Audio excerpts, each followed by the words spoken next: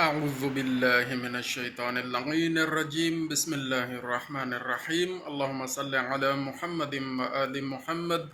وعجل فرجهم۔ دوستو، محرم الحرام کی آمد ہے اور امام حسین علیہ السلام کا ذکر خیر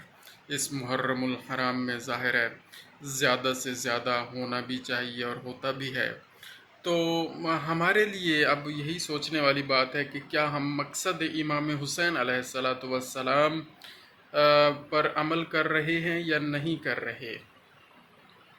تو اس کے لیے سب سے پہلے ہمیں یہ سوچنا ہوگا کہ کیا مقصد امام حسین علیہ السلام ہمیں واضح بھی ہے، ہمیں معلوم بھی ہے یا معلوم نہیں ہے۔ ہمارے تمام ذاکرین عظام، ہمارے علماء کرام اپنی استطاعت کے مطابق کوشش کرتے ہیں، لیکن کہیں کوئی نہ کوئی ظاہر ہے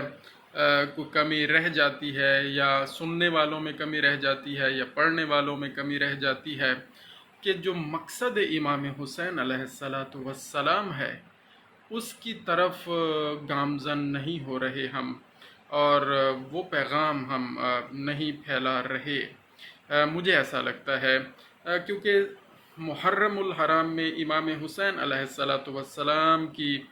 بابرکت اور عظیم قربانی جو اسلام کو بچانے کے لیے تھی، آپ امام حسین علیہ السلام نے دی، اپنے خاندان کی قربانی دی، اپنے دوستوں کی قربانی دی، اپنے قریب ترین عظیم ترین انسانوں کی قربانی اللہ کی راہ میں پیش فرمائی۔ تو اس کا جو مقصد ہے ہمیں اس کو بھی تو سمجھنا چاہیے کہ انہوں نے اتنی عظیم قربانی کیوں دی، اور ہمیں اب کیا کرنا ہے، ہمارے لیے کیا ہے،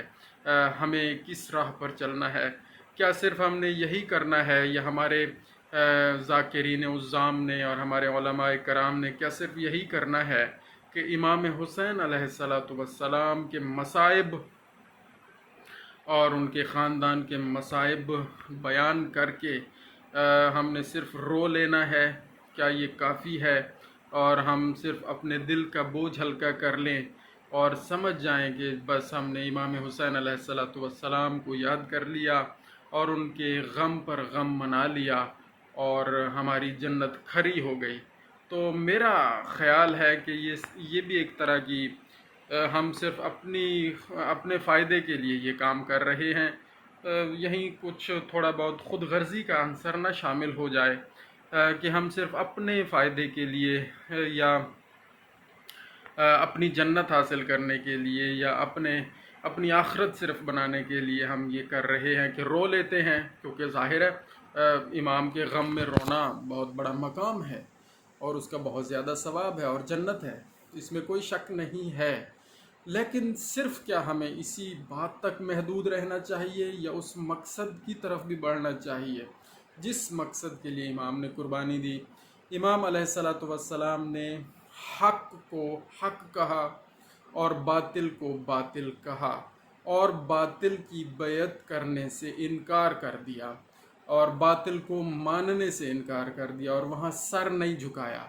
یہ ہے پیغام، اس پر غور کرنا چاہیے، اور اس میں بہت بڑی شجاعت بھی اس پیغام میں موجود ہے اور بہت بڑی بہادری بھی موجود ہے۔ تو ہمارے خطباء کو، ہمارے ذاکرین عظام کو، اور ہم سب مومنین مومنات مسلمین مسلمات کو اس بات پر بھی غور کرنا چاہیے اور اس بات کو پھیلانا چاہیے کہ امام حسین علیہ السلام اور ان کے تمام ساتھیوں کی شجاعت کتنی تھی، موت سے نہیں گھبرائے، 1 انچ کے 1000ویں کروڑویں اربویں حصے میں بھی وہ پیچھے نہیں ہٹے، اور 1 سیکنڈ کے لیے بھی اللہ تعالیٰ کی اطاعت کو نہیں چھوڑا، اور حضور پاک صلی اللہ علیہ وآلہ وسلم جو دین لائے اسی دین پر قائم رہے اور اسی دین کو بچایا۔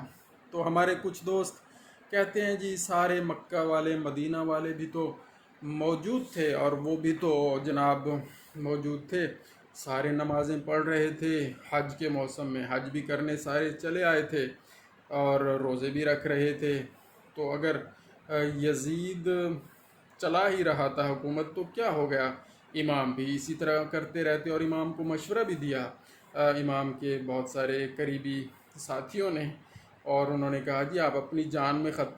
جان کو خطرے میں نہ ڈالیں اور اپنے خاندان کو بھی خطرے میں نہ ڈالیں،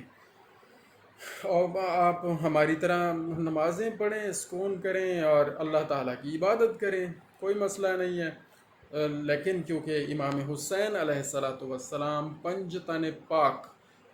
حضور پاک بی بی سیدہ فاطمہ الزہرا، مولا علی علیہ السلام، امام حسن مجتبیٰ اور آخری آپ امام حسین علیہ السلام، پنج تن پاک میں سے آخری وہ ہستی موجود تھے، آخری ہستی موجود تھے،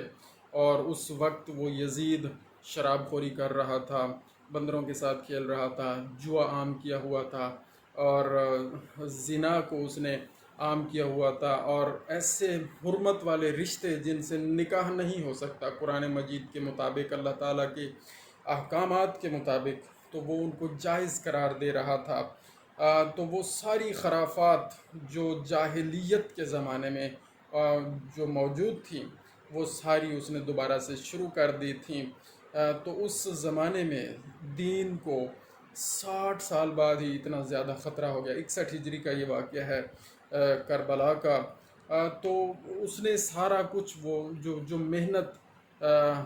ہو چکی تھی، حضور پاک نے اتنی محنت فرمائی، اور یہاں تک کہ تمام وہ دور چلتا چلتا امام حسین علیہ السلام تک پہنچا، تو وہ دین کو بالکل ہی ختم کر دینا چاہ رہا تھا۔ تو اس وقت اچھا، یہ جو محنت تھی حضرت آدم علیہ السلام سے اللہ تعالیٰ نے چلائی، توحید کا پیغام بھیجا، اور وہ چلتا چلتا چلتا حضور پاک صلی اللہ علیہ وآلہ وسلم تک آ پہنچا۔ اور حضور پاک کیونکہ آخری نبی ہیں، ان کے بعد کوئی نبی نہیں آنے والا، اور امامت کا سلسلہ شروع ہوا، اور پہلے امام مولا علی علیہ السلام، دوسرے امام حسن مجتبیٰ، اور تیسرے امام حسین علیہ السلام۔ جب یہاں تک سلسلہ آیا تو وہ ساری محنت یزید برباد کرنے پہ تلا ہوا تھا، شراب کے نشے میں تھا، اور بدکاریوں میں تھا، اور ذلتیں اس کے ارد گرد موجود تھیں، اور لوگ اور اس کے جو حواری تھے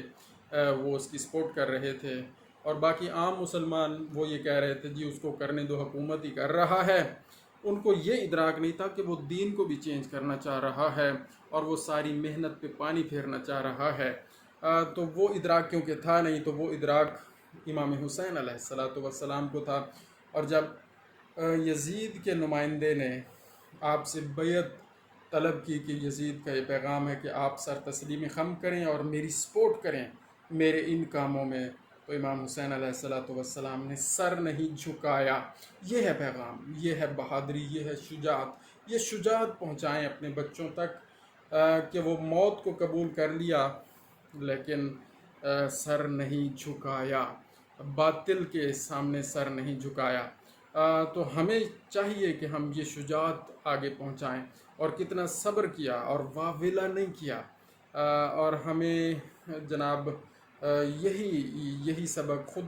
اس پر بھی عمل کرنا چاہیے، اور اس سبق کو آگے پہنچانا چاہیے۔ اور مزید ایک اور بات کہ ہم سب بھائی بھائی ہیں، سب مسلمان آپس میں بھائی بھائی ہیں۔ امام حسین علیہ السلام صرف ہمارے امام نہیں ہیں، وہ امام دین ہیں۔ دین میں ان کو اللہ تعالیٰ نے امام بنایا ہے، تو وہ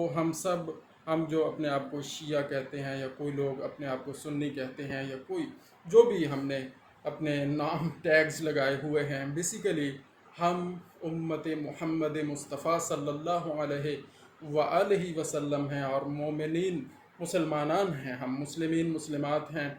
ظاہر ہے جو مرد ہیں وہ مسلمین ہیں، جو خواتین ہیں وہ مسلمات ہیں، اور پھر جب جو درجہ اوپر تقویٰ کا بڑھتا جاتا ہے تو پھر وہ مومن کا درجہ حاصل ہو جاتا ہے، اور پھر مومنین مومنات کا درجہ حاصل ہو جاتا ہے۔ تو دوستو، ہم سب آپس میں بھائی بھائی ہیں، ہمیں ایک دوسرے کے مقدسات کی توہین نہیں کرنی چاہیے، لیکن ایک بات یاد رکھیں کہ یزید کسی کا مقدس نہیں ہے۔ اس نے دین کے خلاف کام کیا، حکم الہی کے خلاف کام کیا، تو اس کو اپنا مقدس نہ سمجھیں، اپنا اپنی وہ مقدس گائے اس کو نہ بنائیں۔ تو وہ ظاہر دین کا دشمن تھا اور ہم اس کے خلاف ہیں اور اس سے نفرت کرتے ہیں اور اس سے اعلان نفرت کرتے ہیں۔ باقی ہم آپس میں مسلمان سب مومنین مومنات مسلمین مسلمات بھائی بھائی ہیں، اور ہمیں مل جل کر پیغام امام حسین علیہ السلام کو سمجھنا چاہیے، اس پر عمل کرنا چاہیے اور اپنی نسلوں میں آگے پہنچانا چاہیے۔ اگر میری باتوں سے کسی بھی بھائی کو کسی بہن کو کوئی تکلیف پہنچی ہے اس ویڈیو کے ذریعے یا میری کسی بھی پرانی ویڈیوز کے ذریعے تو میں انتہائی معذرت خواہ ہوں، لیکن پیغام حق پہنچاتے رہیں اور خود اس پر عمل کرنے کی کوشش کرتے رہیں۔ اللہ تعالیٰ سے دعا ہے کہ اللہ تعالیٰ ہم سے وہ کام سارے لے لے جس کے لیے ہمیں اللہ تعالیٰ نے اس دنیا میں بھیجا ہے۔ سب کے ذمہ کوئی نہ کوئی کام اللہ تعالیٰ نے لگایا ہوا ہے۔ ہم اللہ تعالیٰ سے دعا کرتے ہیں یا اللہ کریم ہم سب سے وہ سارے کام لے لے جس کے لیے آپ نے ہمیں اس دنیا میں بھیجا۔ جزاک اللہ خیرہ۔ اللہم صلی علی محمد و آل محمد وعجل فرجہم۔